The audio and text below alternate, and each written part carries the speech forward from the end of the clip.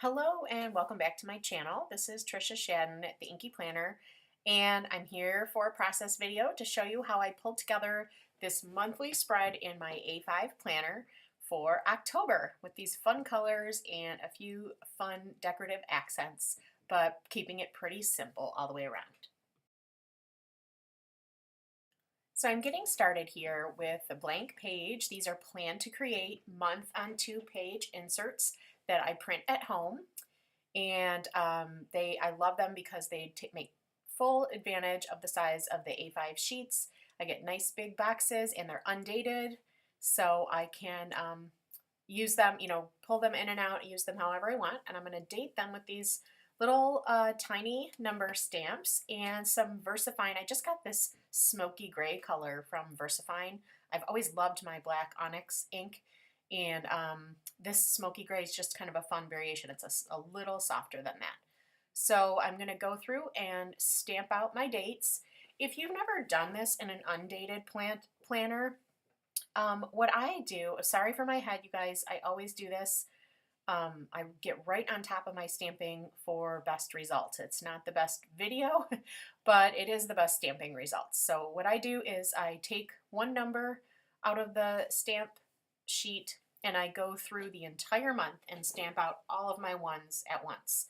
And it's real handy if you keep another calendar nearby, which I have my iPad off screen that I can refer to.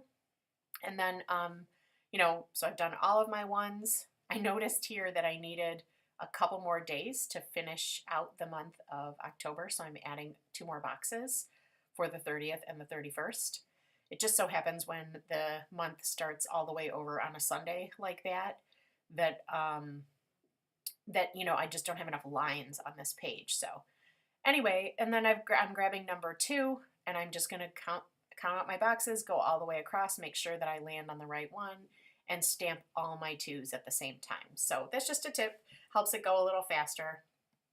And I will jump forward to the end of all this stamping so you don't have to watch me do all of it. I've completed all of my numbers, and the very first thing that I know I want to put on this page is an adorable sticker from the Planning Butler. This cute little witch's legs coming out of the planter. I just loved it. It was so sweet. And I took a look at my calendar. I knew I didn't have too much going on the 27th, and I thought her legs could stick right up and poke into the month. Now, if you've ever watched my videos, you'll see that I love to pull out my color swatches. These are all the inks that I have, which I know is a little crazy, but you guys, that's why I'm the Inky Planner. This is my thing. You do not need this many inks. But I go through and I find colors that really work well together. And these, because I like dye inks, sometimes just looking at the exterior of the ink pad, it doesn't really match. Like you see that lime green for the hero, it doesn't really look that bright. So I really like to do swatches like this, and that way I can tell what the color is going to look like once it's dry. So I've picked out a pretty green and orange and purple, some fun Halloweenish colors. And because my month starts all the way over on Sunday with the 1st, that whole top line of squares or boxes, if you will, is not used for dates. So I thought I'm going to bring my header, my October header, down a line and put it right kind of within the month. So I grabbed these fun alphabet stamps. You guys, I don't think these are available anymore. They're from Scraptastic Club and they're older. But I think that Felicity Jane just came out with an alpha that is very similar. So I'm going to link that down below. So if you like this look, I don't have it. I don't own that set, but I think it's really similar type letters and similar size.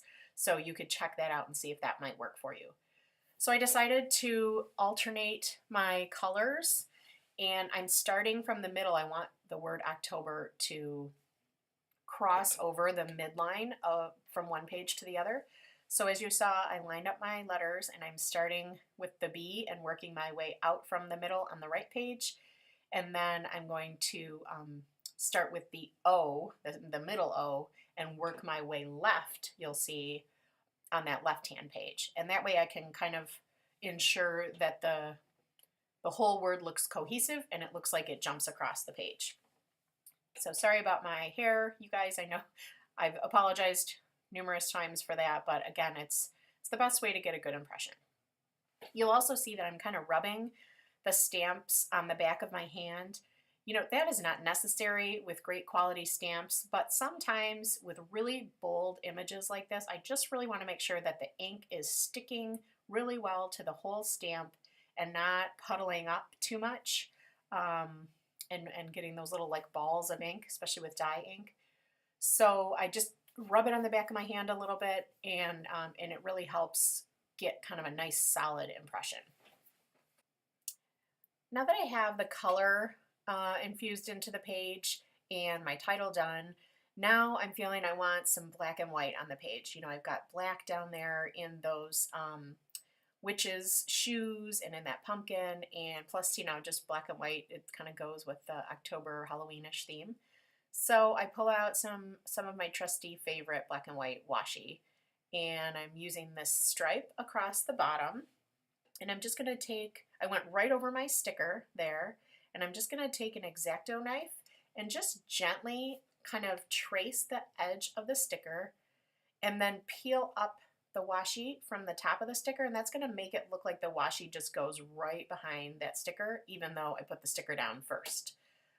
So rather than try to peel that sticker up and risk tearing my paper, I just went right over the top of it and then carved the washi right around it. And then I'll just do the same thing with my edges to make a nice clean cut, the edge of that box by 31. And then right down the middle to separate the pages as well. So I'm liking how that looks, and I want to pull some of that black and white up on the top as well. So I am running it across, kind of doing the same thing. I'm going to run it to the left of the word October and then again to the right of the word October, and just kind of intersecting it right in the middle of the word and then trimming off the edges. And this video is a whole lot of my hair, isn't it? Sorry, guys. But, you know, hopefully you can still see what I'm doing and understand the process as that comes together. So I like how that's sort of the bottom right and the top left of the page, and it makes your eye kind of continue in a diagonal from the black stripes, which always works well design-wise.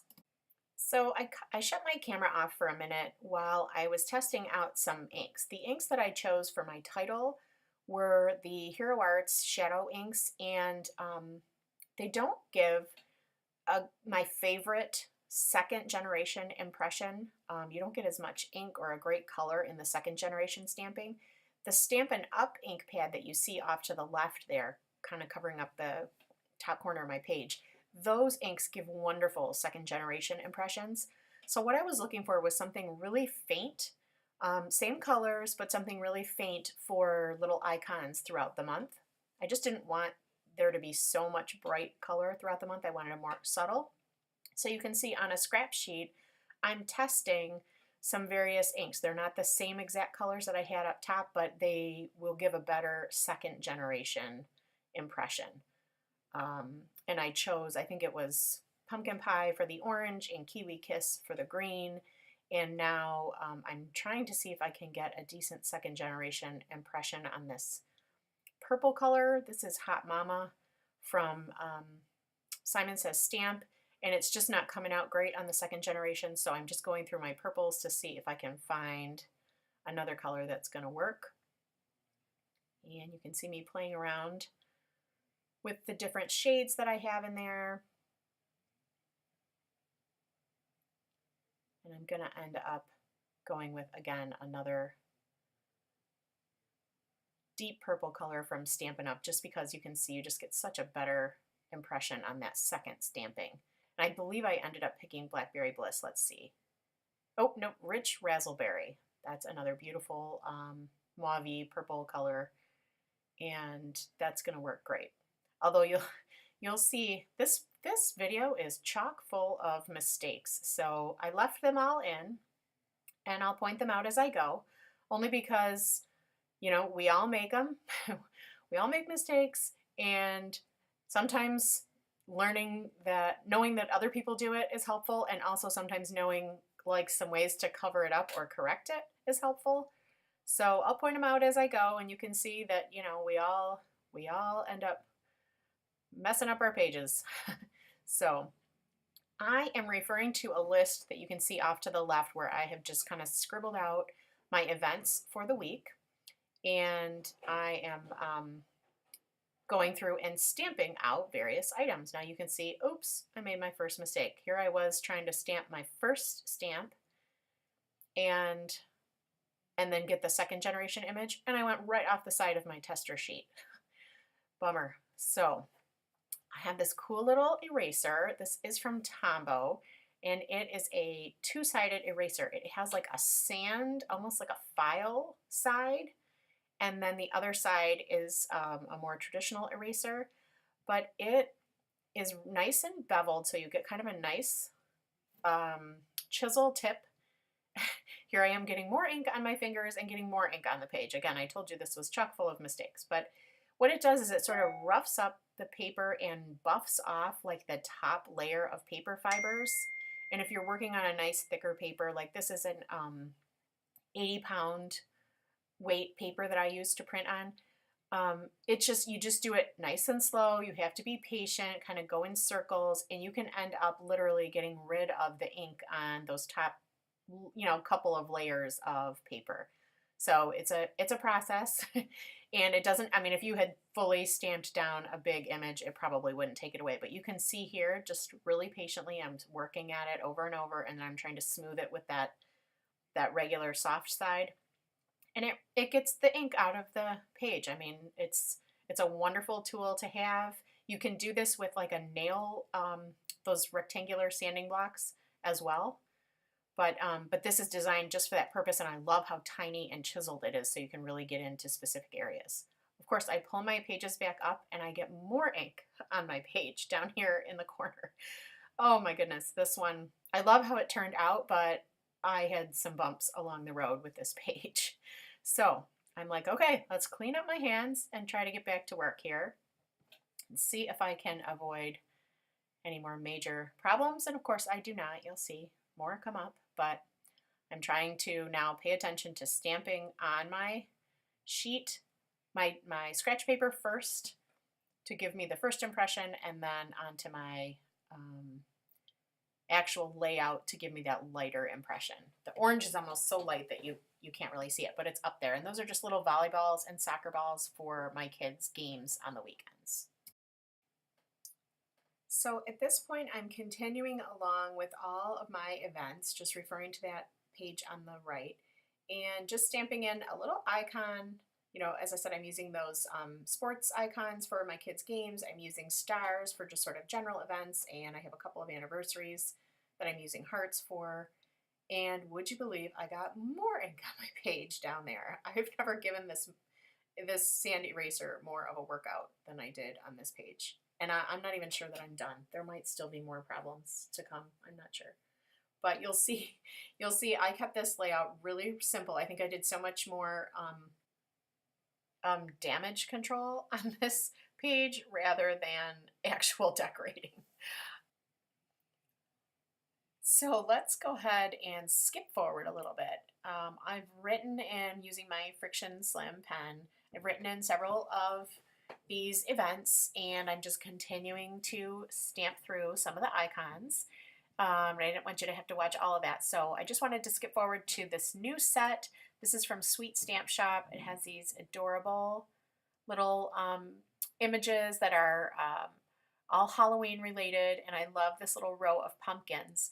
Well, I just wanted to ink up only the right pumpkin, and I'm going to do the same second generation stamping, and it's going to give me just a different icon for anything sort of Halloween related. Like our kids go to this haunted garage that this guy puts on in our town, which is really cool. So I just wanted that as an icon, and you know, just partially inking that stamp gave me that option. So here I am going to do that again.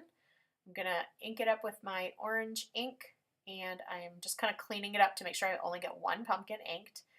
And then I will stamp my first generation on my scratch sheet and my second generation right on my page. I can't remember what that event is. I think it's some sort of Halloween celebration at our local park or something. So skipping ahead, I filled in the rest of my icons. You'll notice there's a stamp that says no school in orange on the 20th and another that says pictures on the 23rd. And then here I go making my next mistake. I stamp a full strength first generation star there on the 26th. And you know what? There's nothing to do about that. Just live with it. No big deal. I had 2 events that day and I just completely forgot to stamp off for my first star. Oh well. And then just moving on to fill in everything else. The no school and the pictures words come from the newest release from Tailored Expressions, which is a cool set called After School. I'll link that below. If you have kids or have you're a student yourself and you have after school activities, sports, just tons of great stamps and words in that one that you can use all the time. These tiny little volleyballs and soccer balls come from Studio L2E. That's a set called Iconic Activities. It's been around forever. It's an oldie but a goodie. And now I'm pulling out these little ghosts. This little trio of ghosts is from that same Halloween set from Sweet Stamp Shop, Halloween Doodles, and they're just so adorable. This is, I stamped that down on the 30th for my daughter's preschool Halloween party, and I used that same VersaFine smoky gray ink. For Halloween itself, I'm pulling out this set from Clearly Planned Tailored Expressions. It's a sweet set that has all different holidays, excuse me, and I think it's called Mark Your Calendar Occasions or Holidays. And I will link that below as well and double check the name. But it has a little image for all of the major holidays throughout the year, sometimes several images, and also the word stamps to go along with it. So I stamped that cute witch hat and the word Halloween, and I'm going to color those in. And then I do end up stamping the pumpkin that was in that set as well. I'll do that a little bit later. And covering up another mistake, I stamped a couple of those icons on the 5th of October and completely meant to stamp them on the 6th. And so I need to cover that star and heart again. You know, I told you that this video would be full of suggestions and examples of how to fix your mistakes so that no one ever knows. So you'll see how I do that. Before I work on that pumpkin, I pull out another set from Studio L2E, and it has a stamp that says early release because my kids have a half day on that Tuesday, and I'm just stamping that in that purpley ink right down there on the 31st. And then I'm going to grab that same star icon and do my second generation stamping again and put a little star icon next to that early release to just sort of draw attention there. So next I think I'm going to get out my colored pencils and color a couple of these images in. And I'm just wiping everything up and trying to avoid additional ink smearing. I think I've learned my lesson. Also, I wanted to mention, oh gosh, and here I go. Yes, here's the rest of the problem. I wanted to mention that when I used that sand eraser and also when I color, I either remove my stamping mat entirely or I flip it over to this firmer side, which is like a piercing side of it. But what I don't want to do is push on the paper with that eraser or with my colored pencils on a soft surface because I don't want to like sort of dent or emboss the paper. Does that make sense? So if you're going to use colored pencils or anything where you're kind of putting some pressure on the paper, or if you're going to erase a considerable amount, like if you use friction pens and you want to erase, I usually pull my stamper's pad out because you don't want to be on a soft surface when you're putting a lot of pressure on your paper.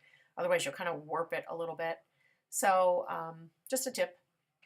So you can see I'm just using, these are my Prismacolor colored pencils, and I'm just using some blacks and some grays and pulling in the purple and the orange to tie the colors of the page all together in this sweet little witch's hat. If you want to get a little dimension to your images when you're coloring them in, you know, just color them a little darker on the edges and leave a little highlight in the middle. It doesn't have to be fancy, but it will bring your colored images to life a little bit. So you can see even on these white ghosts, I'm putting a little gray just along the outside edges, and it just makes them look, even though ghosts really don't have dimension, I wouldn't imagine, it just makes them look like they're not so flat on the page. And same thing with that witch hat, you know, it's a little darker off to the left and off on that right edge. So I'm looking at the 5th again and noticing, I gotta cover up those icons. I'm thinking what else I have to do on this page. So one thing that caught my attention was those little, I wanted to color in those little jack-o'-lanterns, but they were stamped in orange, and then if I colored them in orange, they wouldn't really look like much. So I re-stamped them in that gray ink, and I'm going to use my colored pencils to color those little jack-o'-lanterns in because I thought those were so cute. I wanted them to have a little extra attention as well. And again, these are those stamps from Sweet Stamp Shop, and I'm just using my orange to go around the edges a little bit.